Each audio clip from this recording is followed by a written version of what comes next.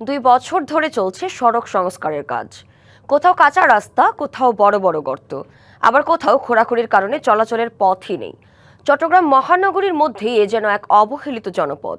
হালি শহরের 25 নম্বর ওয়ার্ডের এই সড়কে প্রতিদিন দুর্ভোগ নিয়ে চলাচল করছে 2 লাখেরও বেশি মানুষ। সড়কের এক পাশে খোঁড়াখুড়ি, অন্য পাশে জমে থাকা কাদা পানি, কোথাও কাঁচা রাস্তা, আবার কোথাও বা বড় বড় গর্ত।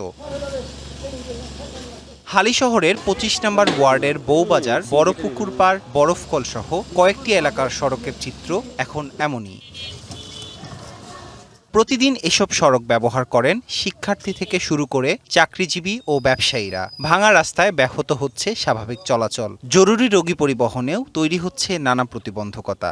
বৃষ্টি আসলে সবাই আসলে কি বলতাম, হাঁটা চলা তো দূরের হিসাব, রোগী যাইতে পারে না, অনেক কষ্ট হচ্ছে। কেউ একটা মারা গেলে মনে করি কি যাতে কষ্ট হয়ে লুগুর গাড়ি নিয়ে মনে করো, আমরা চাই দূরতে কাজটা হয়ে যাক। জনদুর্ভোগের পাশাপাশি ক্ষতির মুখে পড়েছে ব্যবসা বাণিজ্যও। ঠিক করতেছে, চলে যাচ্ছে, এভাবেই চলছে কাজ।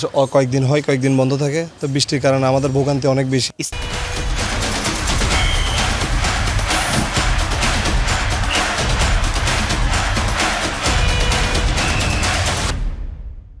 স্থানীয়দের অভিযোগ, নানা অজুহাতে বিভিন্ন সময়ে উন্নয়ন কাজ বন্ধ রাখে ঠিকাদার প্রতিষ্ঠান। প্রায় 2 বছর আগে শুরু হওয়া সড়কের উন্নয়ন কাজ এখনো শেষ না হওয়ায় দুর্ভোগ চরম আকার ধারণ করেছে।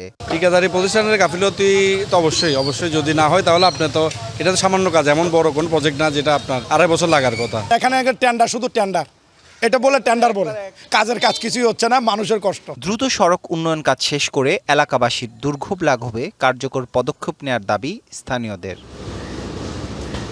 DBC news desk.